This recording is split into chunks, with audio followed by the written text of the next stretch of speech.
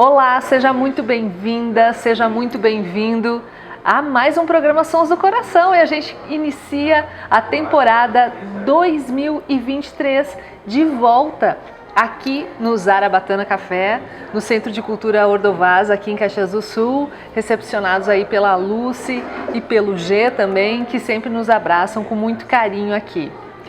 E hoje a gente vai falar de um assunto bem legal, um assunto que tem a ver com uma parte psicológica das pessoas, uma técnica diferente, ainda pouco conhecida aqui na nossa região, uma técnica aí que promete resolver traumas, promete curar assim aquelas feridas, aquelas coisas do passado que tanto incomodam a gente, que vem à tona assim naqueles momentos que a gente menos espera também.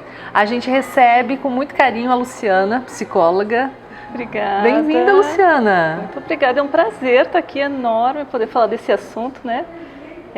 Que eu amo, que quem já me conhece sabe que eu adoro falar sobre isso, então estou muito feliz de estar aqui. Bem-vinda, Luciana, psicóloga especialista, melhor dizendo? A gente pode dizer assim, especialista com formação, né? Com formação em EMDR. EMDR, uma técnica muito diferente que promete revolucionar o mundo da psicologia.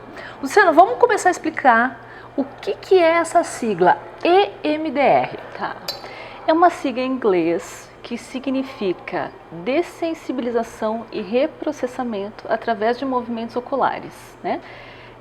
Essa terapia foi descoberta por uma terapeuta chamada Francine Shapiro e ela descobriu, que é interessante, que foi meio por acaso assim, a descoberta dela, né? Ela descobriu que fazendo um estímulo bilateral, olhando de um lado para o outro, ela conseguia reprocessar traumas, situações difíceis que ela vivia, ela conseguia reprocessar e dessensibilizar. Isso em que década? 1980 e pouquinhos. 80 e pouquinhos. E ela Como é que foi por acaso? Ela conta essa história que ela estava caminhando e aí quando ela caminhava, ela percebeu que ela olhava de um lado para o outro, ela fazia esse movimento e pensava em situações difíceis da vida dela. E de repente aquilo diminuía o incômodo, que é o que a gente fala em psicologia de dessensibilizar. Aquilo não ficava mais tão incômodo para ela quando ela fazia esse movimento. Do olhar. Isso. E aí ela começou a testar com algumas pessoas e viu que tinha um resultado impressionante, surpreendente em pessoas traumatizadas e começou a atender aqueles veteranos de guerra que já estavam há muitos anos traumatizados, que vinham da guerra dos Estados Unidos, né? Que tinham traumas graves, muitos já tinham tentado suicídio várias vezes porque ficavam lembrando das situações de guerra que eles viveram, né? E ela conseguiu um resultado incrível com esses veteranos de guerra e aí o MDR começou a ficar muito conhecido. Ela é uma americana? Sim, já faleceu há poucos anos, ela faleceu. E aí ficou esse nome na sigla, né? MDR ficou ainda com movimento ocular, mas hoje a gente usa outros estímulos, além dos movimentos oculares, né? A gente usa o estímulo tátil e também o estímulo auditivo para fazer esse trabalho do MDR, esse reprocessamento.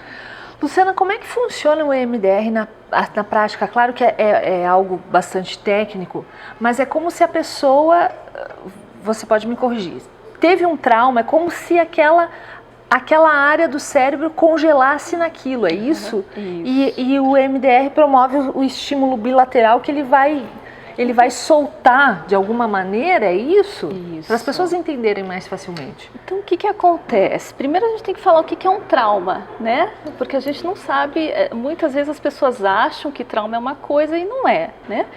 Existem aqueles traumas grandes, que são os traumas com T maiúsculo, até a Shapiro chama assim, com T maiúsculo, que é aquela coisa assim, assalto, sequestro, estupro, uma situação muito forte que a pessoa viveu, né? Morte, uma morte trágica, traumática.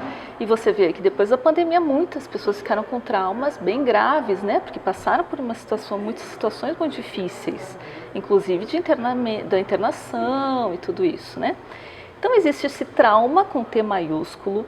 Mas existem também os traumas, que são os traumas que a gente chama de traumas pequenos, com T minúsculo, que fazem parte da nossa vida cotidiana, né?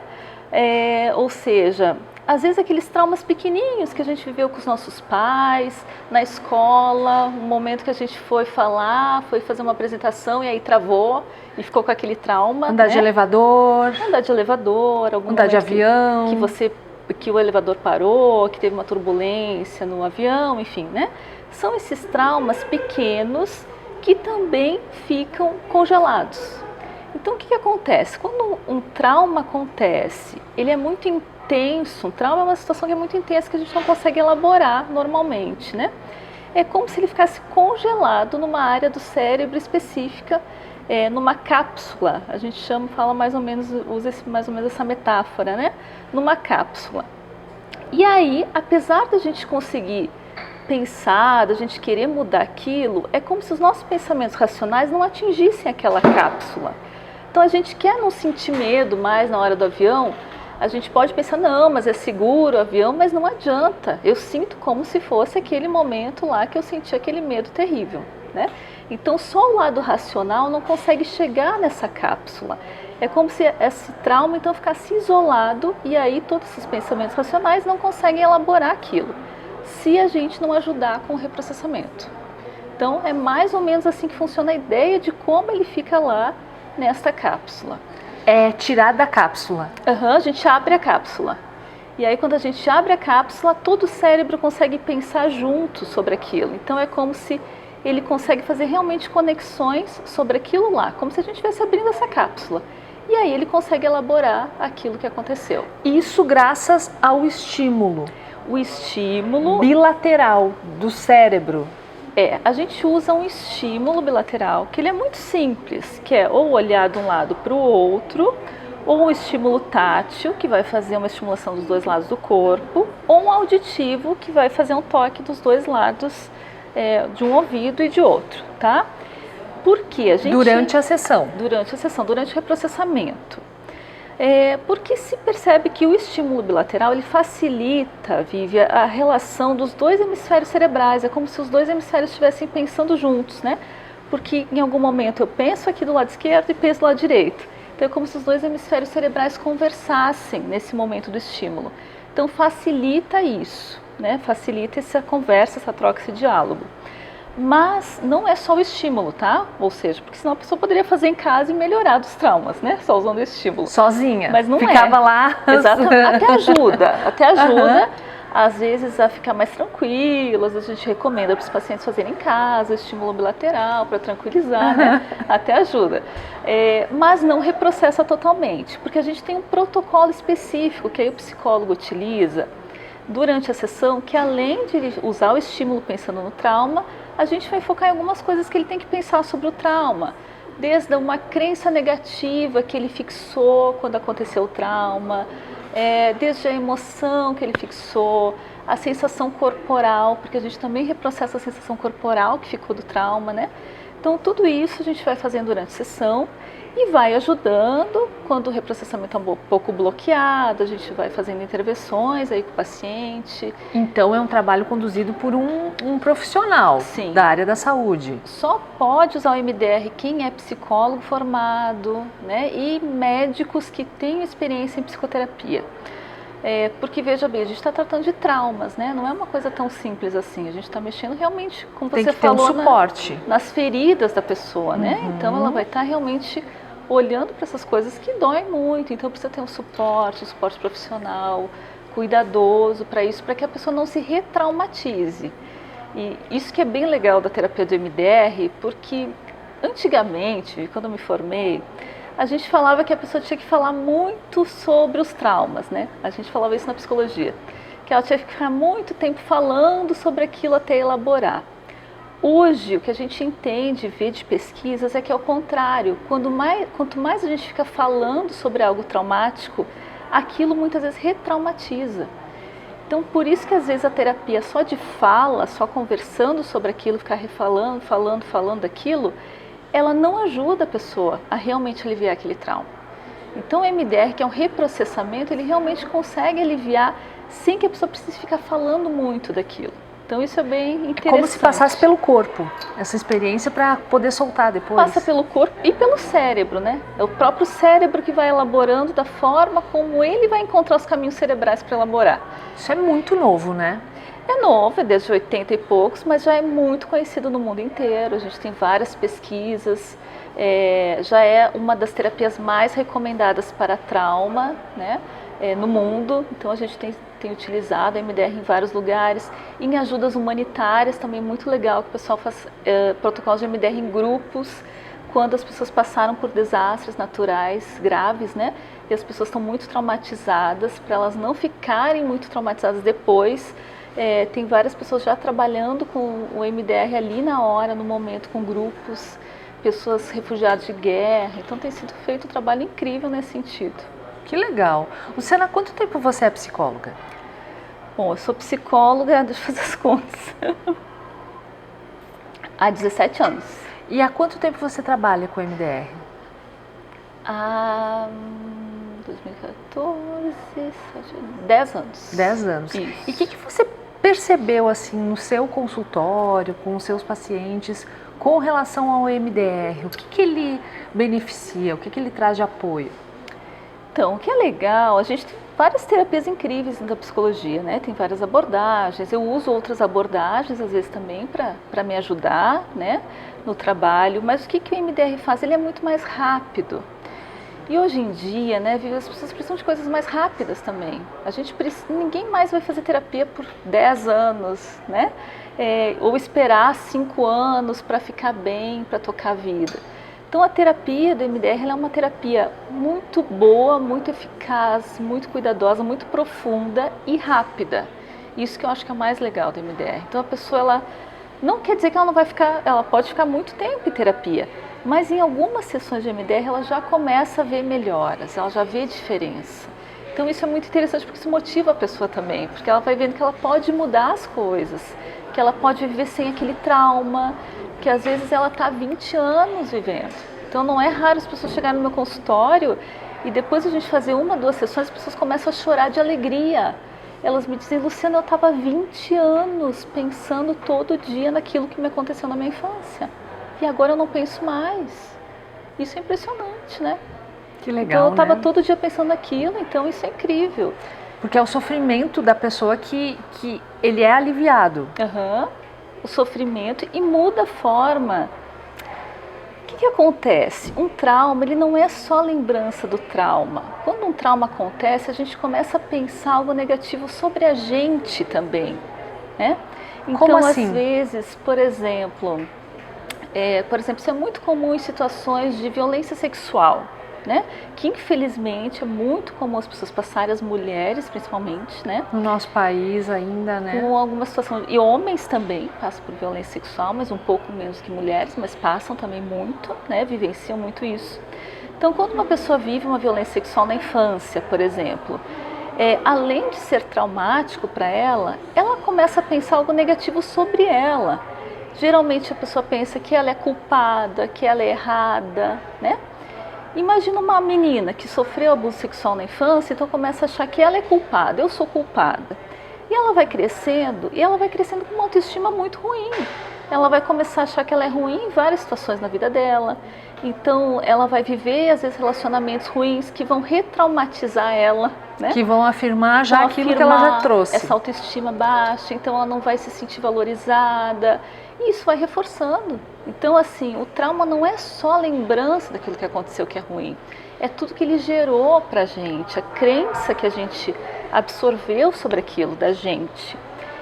E aí, o que acontece? Quando a gente reprocessa, a pessoa realmente começa a ver, não, peraí, eu não sou culpada disso, né? Então, eu não preciso me sentir inferior, com vergonha dos outros, não preciso me sentir pior do que as outras pessoas. Então isso muda tudo na vida da pessoa, porque não é só a lembrança daquela situação de abuso, ela começa a realmente se valorizar, realmente ter uma autoestima verdadeira, né?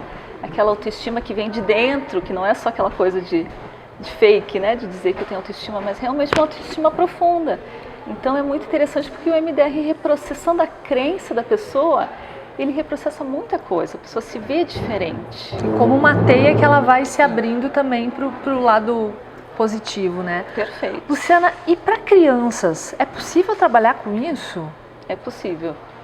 E o pessoal faz um trabalho incrível com crianças, desde crianças bem pequenininhas.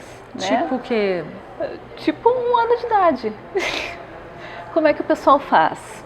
Com crianças, assim, crianças que já se comunicam bem a partir dos 4, 5 anos, a gente faz a terapia, como faz terapia com crianças, mas de uma maneira mais lúdica, né? O estímulo bilateral geralmente a gente usa de uma maneira mais lúdica, assim. Por exemplo, eu tenho uma colega psicóloga que ela coloca o estímulo bilateral, um aparelhinho nas meinhas da criança. Então, enquanto ela está falando, fica o estímulo bilateral tocando na meinha. Ao invés dela falar da situação que aconteceu, às vezes ela faz desenho. Então, a gente usa uma maneira mais lúdica, pode usar brinquedos, enfim, né? Mas a gente tem experiências também já reconhecidas, já comprovadas, com crianças bem pequenas. Por exemplo, uma criança de 1 ano e pouco, que ainda não fala. Ela teve um trauma, alguma situação que aconteceu, sei lá, o ônibus bateu onde ela estava, né? E aí ela parou de comer. O que a gente vê é que ela tem esse sintoma de trauma porque ela não come mais, por exemplo, não se alimenta mais. E aí como é que a gente vai tratar isso? A gente pede para a mãe contar a história do que aconteceu e vai fazendo reprocessamento bilateral com ela, vai usando o estímulo bilateral, contando aquela história do que aconteceu. E aí como é que a gente vê que melhora? Porque a criança começa a melhorar os sintomas dela.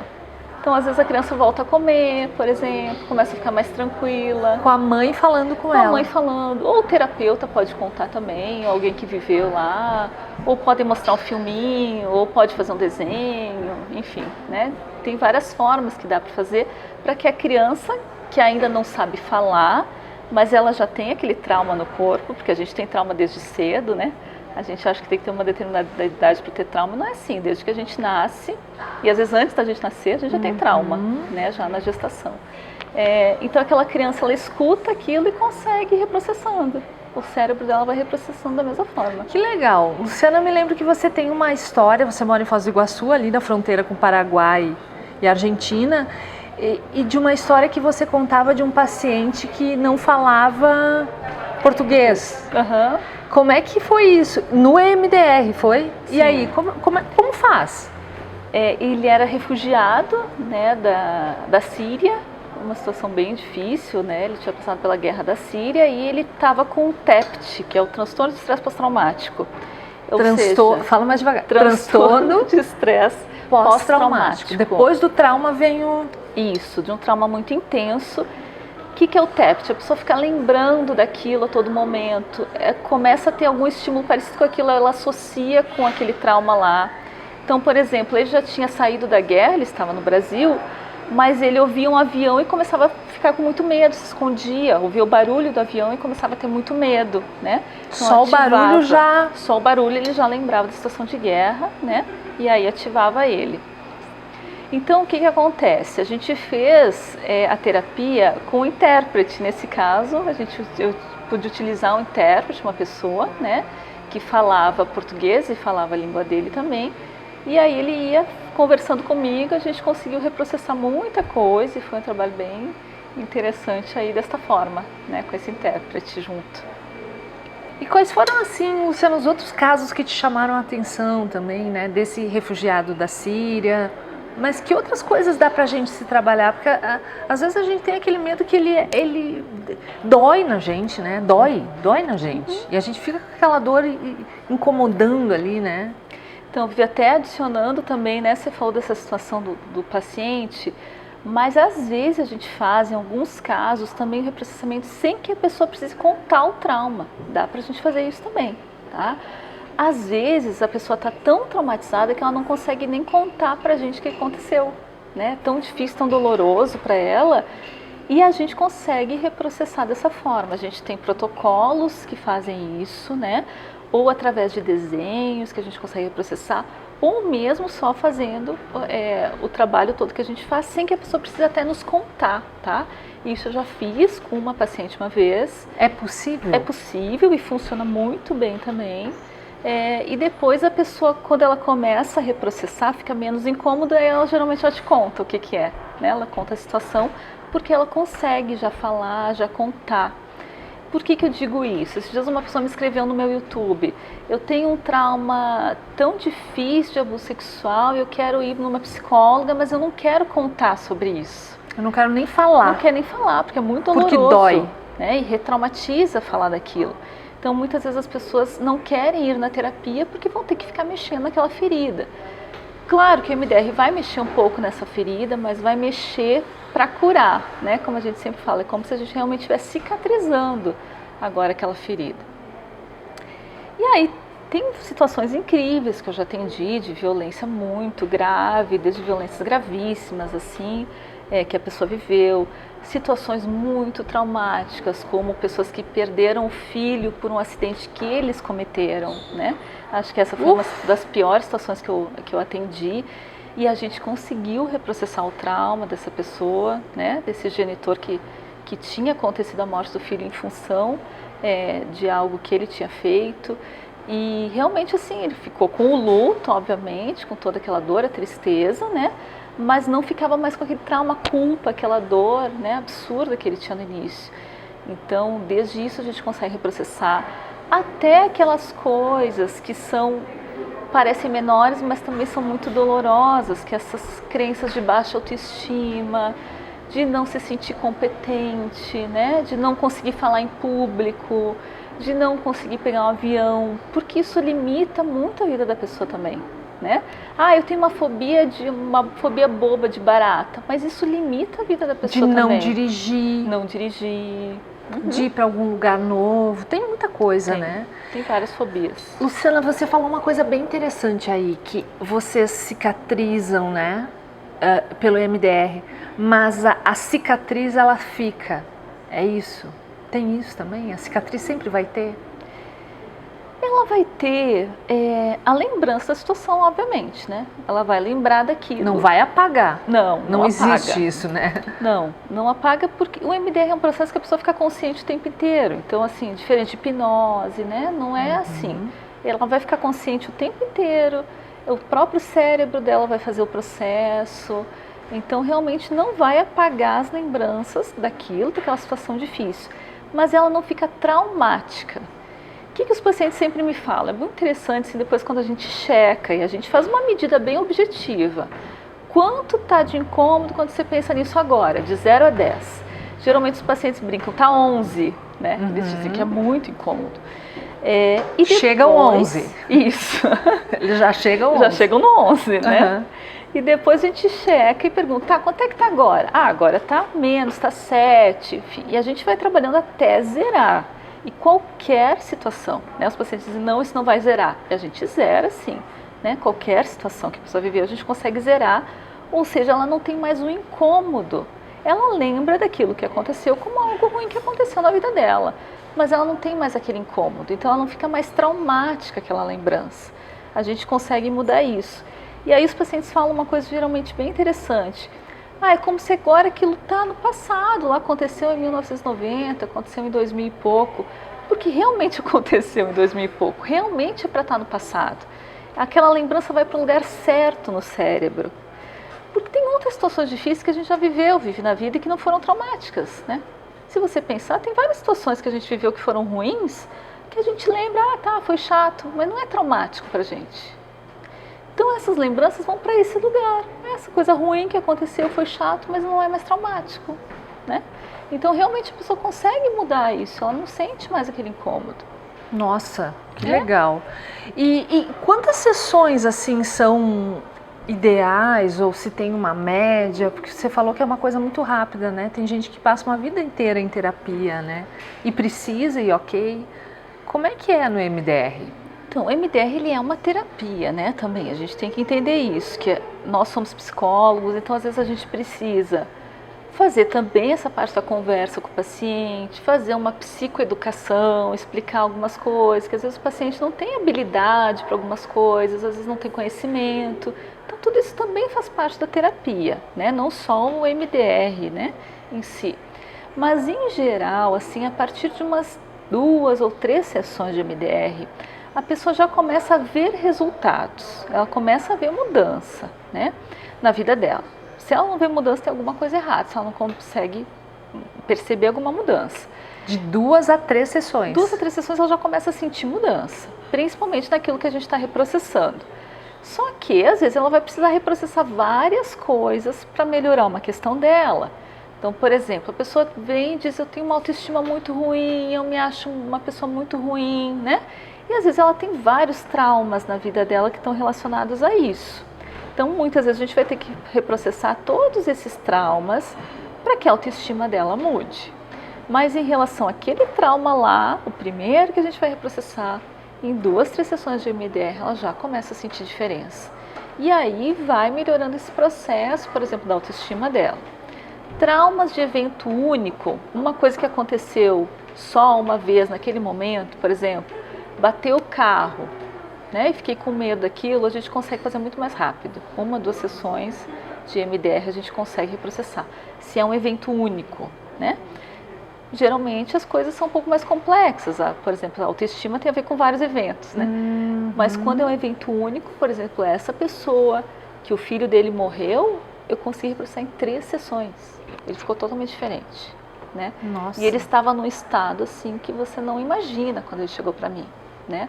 O filho tinha falecido há 3 dias. Então a gente conseguiu realmente pegar como um trauma recente ali, antes que sedimentasse como uma memória traumática, ainda não tinha sido sedimentado no cérebro como uma memória traumática. Então foi muito rápido. Uau! Quando o terapeuta ele entra em contato com uma nova técnica, ele também experimenta nele mesmo? Claro, deve, né? Deve. E aí, como é que foi para ti? Terapia foi incrível, assim, eu descobri o MDR meio por acaso, né? A gente lá em Foz do Iguaçu não tinha ninguém que trabalhava com MDR ainda. Eu tinha uma paciente na época que ela tinha um TEPT, um transtorno de estresse pós-traumático decorrente de uma situação que ela viu, uma tentativa de homicídio, né? Eu sempre conto dessa paciente porque ela que me motivou a fazer a formação de MDR. E na terapia dela, e ela tinha muito medo aí de sair, ela não conseguia sair no mercado, ficava olhando para todos os lugares, não conseguia fazer mais nada porque ela tinha medo em relação àquilo que tinha acontecido com ela. E aí, eu fazia terapia com ela, mas eu não conseguia ter um resultado tão bom quanto eu gostaria, né? Algumas coisas mudavam, mas não muito. E aí eu descobri que tinha essa formação em MDR, que trabalhava especificamente com traumas, e fui fazer, né? Fiz a minha formação em Curitiba, na época, em 2014, e achei incrível, assim, porque aí eu descobri que dá para tratar muitas outras coisas, coisas que a gente acha que não são traumas e que são, né, traumas que a gente já viveu. Obviamente, depois da formação, eu fui fazer terapia em mim, né, a terapia de MDR. E assim, teve uma coisa que me impressionou muito, que eu tinha uma situação traumática que eu vivi quando era pequena, com 6, 7 anos, e aí eu fui reprocessar isso, né? Eu já tinha feito terapia várias vezes sobre isso, fui reprocessar, achei incrível, melhorou, me ajudou muito, mas mudou uma outra coisa que eu nunca tinha me dado conta que aquilo tinha a ver com aquele trauma. Eu tinha um incômodo de pegar avião de madrugada, eu odiava pegar avião de madrugada, porque eu tinha que acordar de madrugada e eu detestava aquilo, e era muito ruim para mim. Mas eu nunca tinha trabalhado de terapia, a gente tem tantas coisas piores na vida, né? Do que acordar de madrugada. Pois é. Aí, de repente, eu percebi, opa, peraí, eu não estou mais incomodada de acordar de madrugada. Porque aquela situação tinha acontecido de madrugada. Então, eu associei aquilo, o cérebro associa. E reprocessando aquela situação, eu nem foquei na questão da madrugada. Aquela situação traumática que eu vivi, essa sensação da madrugada mudou. Ou seja, o que é impressionante? Que a gente trabalha um trauma aqui, você não sabe nem os impactos que vai ter no cérebro da pessoa. Porque às vezes, além daquele trauma específico, ela vai mudar várias outras coisas, né? Ela desenvolveu mini traumas daquele maior. Mini traumas, vai estar associado. O nosso cérebro é uma rede. É uma rede. Uma rede de associações. Nem a gente, como terapeuta, faz ideia de onde vai parar. Quando a gente começa o reprocessamento, muitas vezes a pessoa diz, nossa, eu mudei tal outra coisa. Que a gente nem sabia que a pessoa tinha, a gente nem focou nisso. Mas por quê? Porque estava nessa rede de trauma, né? Então é muito interessante, aí eu percebi isso em mim, faço ainda terapia, né? com MDR, com a minha terapeuta, como a gente, psicólogo tem que fazer terapia sempre, né? Principalmente psicólogo que trabalha com trauma, porque não é fácil lidar com traumas, né? A gente também pode se traumatizar ouvindo traumas, né? Então a gente também precisa cuidar disso. E tem sido incrível, assim, para mim, porque eu consigo mudar, melhorar o que eu vejo de resultados na terapia de MDR comigo. Tem Que bom! sido ótimo. E a ideia é trazer para Caxias do Sul também essa formação? Sim. Tem planos aí? Estamos com planos de trazer para cá. Eu sou organizadora do Instituto Espaço da Mente, que é um dos institutos que faz formação no Brasil. A gente tem no Brasil os institutos que dão formação aqui, são todos reconhecidos pela Associação Americana de MDR. Então todos eles têm uma fundamentação muito boa, eles realmente repetem o modelo americano, né? E eu ajudo como organizadora no Espaço da Mente. A gente está levando agora para Foz, em maio, a segunda turma do Instituto, para formação para psicólogos e médicos, só psicólogos e médicos podem fazer, e alunos do último ano de psicologia também podem, né? E aí a gente pensa em trazer para Caxias também, aí, talvez aí por outubro, uma turma para cá, para a gente poder capacitar mais psicólogos. A gente já tem alguns psicólogos aqui em Caxias trabalhando muito bem nisso, né? Nessa abordagem. Mas eu sempre falo assim que nunca é demais, né? A gente tem uma procura enorme de pacientes pela terapia MDR. E a gente precisa cada vez mais, né? Viver num mundo traumatizado, a gente precisa aprender a tratar os traumas das pessoas. Um mundo traumatizante também. Que traumatizado. Também, né? Depois da pandemia. Que legal. Tua dica de livro, Luciana, para nós, tem a ver com o MDR? Olha, tem um livro que é bem legal, da Tal Tu. Depois eu posso passar o nome aí direitinho, deixar no link de vocês, né? Que é o livro dela é MDR, um guia para clientes reprocessando uma lembrança de cada vez, né? O título do livro é esse. E ele é um guia para clientes, então ela explica o que é o MDR, quem vai ser paciente pode já saber o que pode esperar do MDR lá. Ela traz alguns casos de reprocessamento, que é bem legal. E aí a gente tem vários outros livros técnicos também para o pessoal, mas esse é bem legal, que é um guia para cliente. Para começar. Bom, a gente sempre pergunta para todo mundo que vem até aqui qual é o som que habita o coração das pessoas. Afinal de contas, Sons do Coração é o nome do nosso programa. Quero saber qual é o som que habita o teu coração assim, aqui agora, Luciano. Qual é?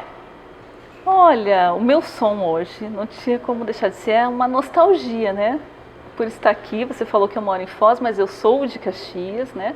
Me formei aqui, fiz pós-formação, pós-graduação aqui. Estive muito aqui no Zarabatana, com o pessoal do Conselho de Psicologia, com grandes amigos aqui. Então é muito bom estar aqui, assim, dá um gostinho de nostalgia estar aqui. Nostalgia. Bela palavra, bela palavra. Uma saudade boa, né? Bom, o som que habita o meu coração é de alegria também, de emoção. É uma entrevista um pouco mais emocionante que as outras, afinal de contas, se alguém achou que alguma semelhança, não é mera coincidência. Luciana Salvador é minha irmã. Nem o sobrenome. E eu estou muito feliz de te ter aqui, Luciana, porque além de uma irmã muito querida, a única que eu tenho, também a melhor delas, também é uma excelente profissional. E conheço a MDR, ela testou em mim, não devia ter testado na época da formação, mas testou, e eu pude ver o quanto isso é, assim, algo, em termos de mágico, ele é muito científico, mas a magia que acontece após a sessão, as portas que se abrem mesmo, a gente não faz ideia do que é. E é uma profissional excelente, por isso que você está aqui hoje também, com certeza. E a nossa equipe maravilhosa, o Alan, a Paola e eu, temos uma lembrancinha para você levar com carinho para Foz do Iguaçu, da Botânica Boutique Floral. Uma plantinha. Posso abrir? Pode, deve abrir, porque afinal de contas eu acho que a psicologia também é uma forma da gente cultivar em nós o melhor também, né, Luciana? Sim. Uma suculenta. Sim, linda. Leva o nosso carinho para você também. Obrigada pelas informações. Linda, muito obrigada. Foi um prazer estar aqui nesse programa, que eu estava há um tempo querendo vir, né? E dessa vez fui convidada. Muito prazer poder estar aqui. Que bom. Prazer é nosso e a alegria também. Obrigada.